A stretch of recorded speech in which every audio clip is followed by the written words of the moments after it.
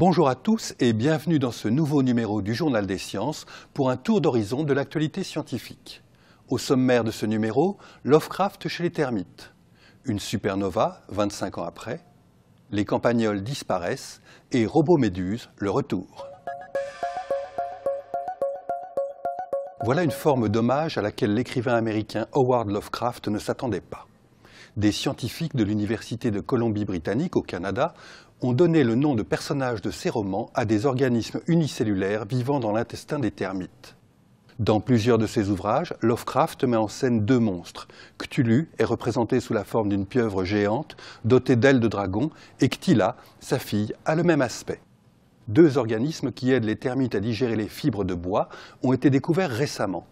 Leur aspect et leur façon de se mouvoir ont inspiré Eric James, auteur de l'article décrivant ces nouveaux unicellulaires. Ces deux nouvelles espèces ont été baptisées Cthulhu et Cthulha. Les deux unicellulaires découverts ont pour caractéristique de se déplacer à l'aide de flagelles qui donnent l'impression de tentacules. Cthulhu en possède une vingtaine et Cthulha n'en possède que 5, ce qui est bien assez pour faire frémir les admirateurs de Lovecraft. Plus d'un quart de siècle après son explosion, une étoile située dans une galaxie satellite de la nôtre est toujours intensément scrutée par les astronomes. L'étoile, qui a explosé dans le Grand Nuage de Magellan en février 1987, est la supernova la plus proche de nous depuis celle vue en 1604. Tous les télescopes de la planète l'ont observée lors de son explosion et aujourd'hui, on continue à suivre l'évolution des débris de l'étoile qui s'étendent dans le vide. Un article paru dans The Astrophysical Journal la semaine dernière fait le point sur les dernières recherches effectuées à l'aide d'un radiotélescope situé en Australie.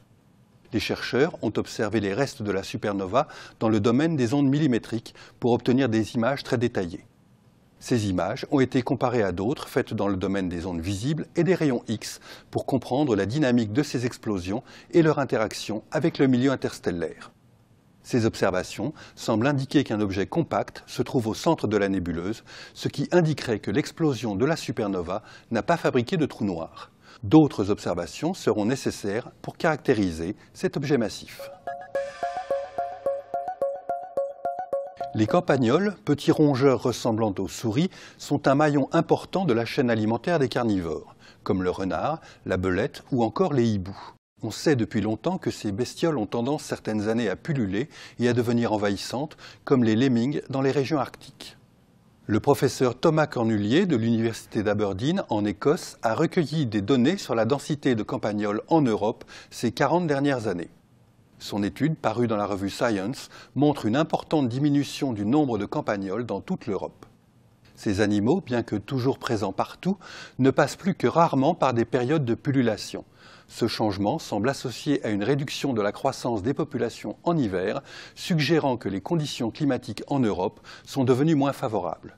Une diminution de ces petits animaux aurait des conséquences importantes sur l'alimentation de leurs prédateurs. Il y a de cela un an, nous vous avions présenté RoboJelly, un robot autonome imitant les mouvements des méduses pour se déplacer dans l'eau. Son successeur, toujours développé par l'Université de Virginie aux États-Unis, est en train de faire ses premiers essais en piscine. Le robot possède ce que les chercheurs appellent une cloche centrale, avec l'électronique permettant d'alimenter et de commander 8 bras. Ces bras se déplacent radialement.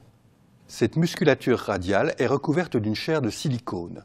Les mouvements des bras, relayés par cette chair synthétique, imitent à la perfection les mouvements des méduses. L'intérêt de ce type de robot est de dépenser très peu d'énergie pour se déplacer. Cela permet d'imaginer, dans un proche avenir, des robots totalement autonomes, pouvant surveiller les côtes ou cartographier les fonds marins.